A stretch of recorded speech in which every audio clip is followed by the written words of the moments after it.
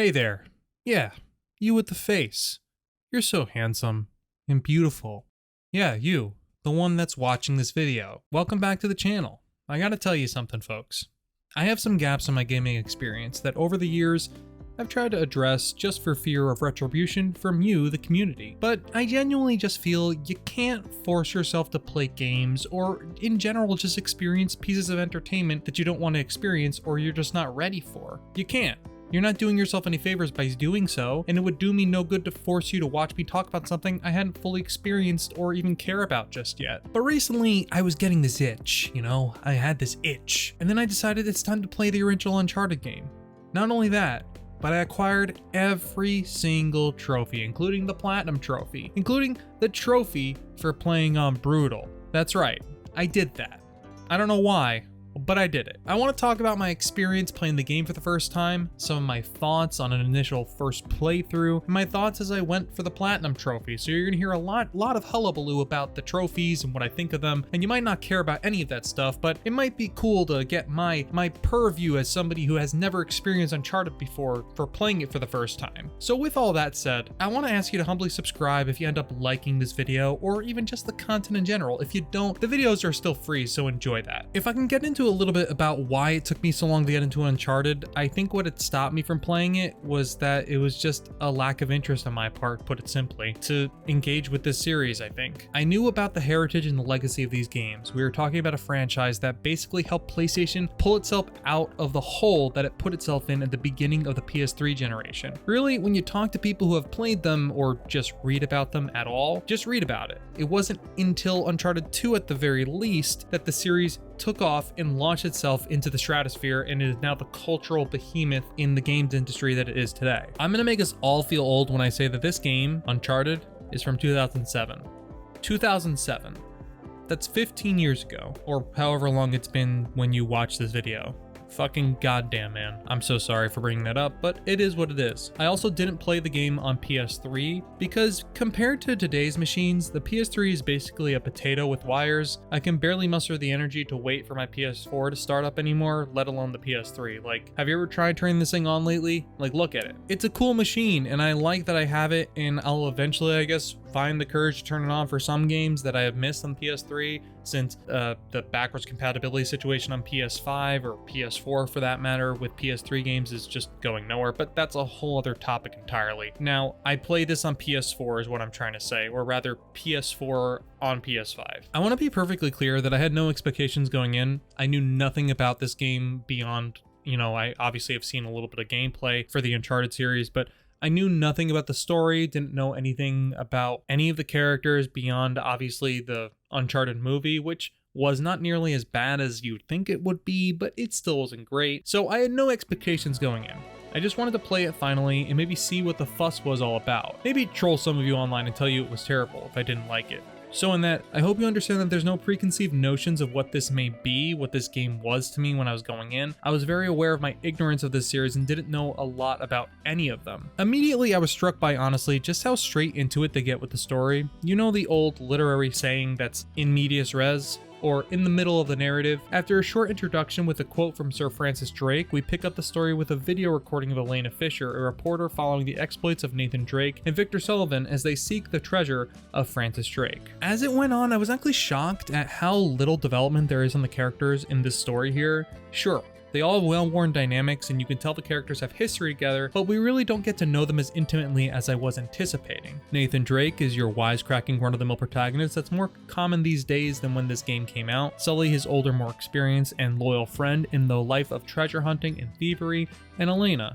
a reporter looking for the scoop who becomes oddly attached to Drake and Sully. There's even this undercurrent of a romance between Drake and Elena that never really seemed to be fully explored or even alluded to, but they just kind of almost kissed at the end. Spoiler alert there, but I don't know. It just felt criminally underdeveloped all around. It seems content with just setting you on your adventure, and sure, you're gonna have moments where Nate expresses a knowledge of history and seems to always be one step ahead of everyone else in terms of solving the puzzles and understanding the stakes of what is going on and why they need to do X, Y, or Z thing. You have a few antagonists who only seem to come on to say, Sully owes me money, or I want that treasure, so I'ma kill you. Riveting stuff. With that, I only care about the characters in relation to their relationship with each other or how they felt about each other, but not really beyond that too much, nor did I find the villains all that interesting beyond being confused why they always seem to be 2 steps ahead of Nate and friends, but none were smart enough to completely figure out the puzzle or the mystery surrounding the treasure of Sir Francis Drake. That's also just an Uncharted-ism, I guess, to put it simply, is that the villains are always a step ahead where they're always in the location that Nathan Drake is going to, or they're just getting there right after them, but for some reason they still need Nathan Drake and his compatriots when it seems like they're doing just fine on their own. If upon hearing any of that, you are just beyond furious with me, you're typing out a mean comment, you think I'm being blasphemous, I understand and I appreciate your anger. I would just say that I have to remind you, and also myself this too, that it really doesn't do me any good or you any good to approach some of these games with more modern day sensibilities. So I do recognize that while I felt that some of these story moments will have been a little bit lacking for someone who was looking at it with a little bit more of a modern sensibility to it, maybe back in the day they were much more appreciated for just what it was. And maybe they'll be expanding upon it in the sequels, which at this point in time, I have played all the Uncharted games, so I can say that I do know that they expand on some of these ideas. But for the first outing, I just felt like it was missing something the entire time. Now, originally this video was going to kick off a series in which I talked about my experience getting all the trophies in each Uncharted game. But as I went on, I realized that they all just have similar trophy lists, some combat trophies, some story trophies. So this video is going to have to suffice for my basic thoughts on the trophy lists of each game. So trophy wise, I'll say I was a bit disappointed that there weren't any for story related progression. I mean, I don't need to be handed an award for existing in the game world, but even for major moments in the story, completing a handful of chapters, it can make you feel like you're making little progress trophy wise as you're playing the game.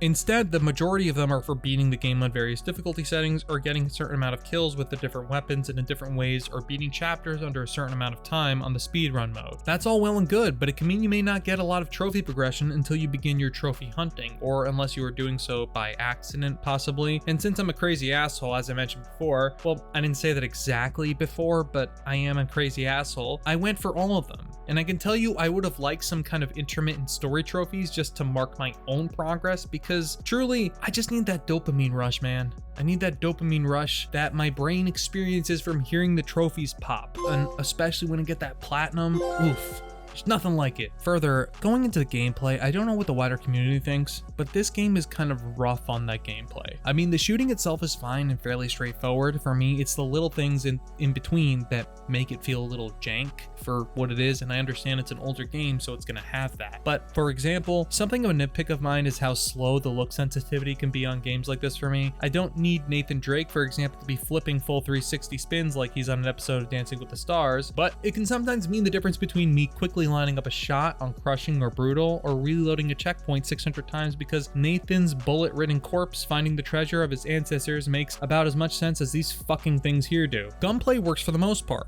but like I said, it's just not super satisfying. But it gets the job done. No more buts there. Just gonna say, it gets the job done. However, it does remind me of its contemporaries around the time that just had this third-person cover-based shooting down to a T at the jump, where Uncharted just feels like it was made to serve the plot more than the game itself, if that makes sense. I'm looking at you, Gears of War, although that's not a totally fair comparison, because Gears is entirely focused on the third-person shooter mechanics, where Uncharted is focused on a bunch of those different gameplay systems that make it a third-person action-adventure game with puzzle-solving elements. Getting into cover is kind of a chore, because one, a button controls it, but it also isn't as simple as pulling off cover by pulling back on the stick. You just have to press the circle button again, and it was always unclear to me how close you need to be to get into cover. Sometimes he just rolled. It seemed very inconsistent. For one spot, I could easily gauge that if I hit the circle button at the opportune time, Nate would roll forward and into cover, but other times he would just roll, standing back up only to have his fucking skull blown open. And if you played any game or even just understood how humans work, you would know that getting your skull blown open doesn't tend to allow one to progress with one's life. Enemy AI, I'm convinced, is being controlled by someone that just fucking hates me. Almost like Naughty Dog installed secret code into the game that allows them to just fuck with me specifically. And by me specifically, I mean me, Ryan, the individual. They drop in out of nowhere, they randomly flank you with no warning at times, they will often commit feats of unbelievable accuracy and force out of cover to avoid grenades, and even at times seemingly just defy the laws of physics and shoot you through cover, which, I'm happy to report, continues through most of the series. On the lighter difficulties, you probably won't notice this as much, but on crushing or even brutal, when your skill and patience is being tested and you hide behind crevices and walls only to be owned in 1 or 2 shots, it can definitely invoke, or at least it did invoke in me, a similar feeling for me of rage as when I would try Infinity Mode on the original Dead Rising, only to chuck my controller with all my might into the ground when I die. And if you didn't know, those Xbox 360 controllers stood up to much abuse and anger, and I will say it was pretty fucking durable. Like, I threw this thing so many times and I was still able to use it without any problems. Meanwhile, you drop your DualSense a handful of times and all of a sudden you got drift until the end of time. That being said, don't drop your controllers. It doesn't do well. In any case, climbing is often unreliable as well, and the result is you missing a jump or fighting with the game to figure out what things you're able to climb and what will result in a tragic misstep that will end your feeble existence. These days, games give you little painted ledges or symbols to signify to you that you can climb on certain objects, and it makes me conflicted, because on the one hand, I like the idea of not really knowing and I'm climbing and it keeps me immersed in the game. On the other hand, when you have something like Uncharted from like 2007, where yeah, it's not super unclear where to go, it's just one of those things of like, sometimes I'd jump thinking I would climb onto something and I would just die, and that's the end of me. Now, back to the trophies for a second. The bulk of the trophies you'll get for Uncharted are gameplay related, and some of them, I guess, require you to do some cool things like blow up several enemies at once, shoot enemies while hanging, and the rest. But the rest, I think, are just relatively boring. Get X amount of kills with X weapon. It doesn't make getting this platinum any more interesting or fun. It just makes it a little tedious and has me Googling the best chapters to rerun for different weapons at times, because the shotgun only has so much utility for me when you're trying to take down enemies via blind fire without getting close to them. Then we have the difficulty trophies. You have one for each difficulty: easy, normal, hard, and crushing. Playing on crushing straight away gets you all the other ones, and if you're trying to cut down on the amount of times you have to replay the game for the platinum, that's what you'll end up doing. Collecting treasures is what makes up the rest of the trophies for this game, for the main game at least.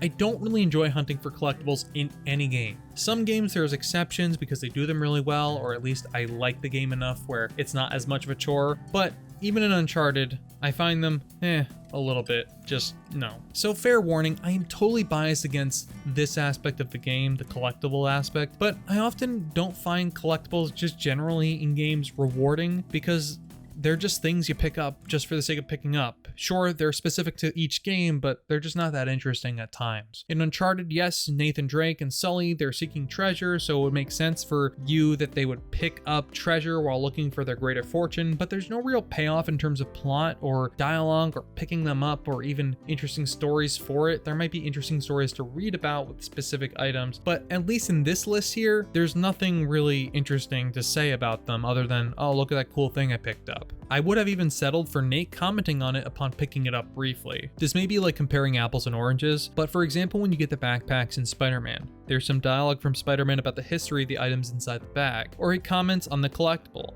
It provides some insight into the character and does some world building. I find it a little tedious still because it takes you out of the menu, or out of the game rather, into a menu to listen to whatever he has to say or read about it. But again, it still has that going for it. And this is 2007 versus 2018, so a lot has changed, but that definitely stood out to me, and that's the best comparison point I can make for collectibles and how I approach them, or at least I view them. Obviously, with trophy hunting, rare is there a trophy that will require you to listen to things beyond listening to a specific amount of audio logs, but I would be remiss if I didn't at least mention some of my thoughts on the audio here. The music didn't particularly stand out to me here just yet, but I don't want to pretend to be a guy who understands the nuances of musical arrangement beyond, does it make me feel anything? Is it catchy or memorable? Does it complement the game well? I think it does the job it set out to do, but I never found it to be anything more than a complimentary thing to the experience. Of course, I couldn't go any further without mentioning the voice acting, which is of course top notch when you have the likes of Nolan North as Nathan Drake. Nate is a thief and hunter of treasure, but also knows his history and hides his intelligence behind a lot of wisecracking and an inability to take anything really seriously. But underneath that, he has heart, and easily throws away the glory and riches for fear of endangering the world should certain secrets come out. Elena wants the story, the scoop,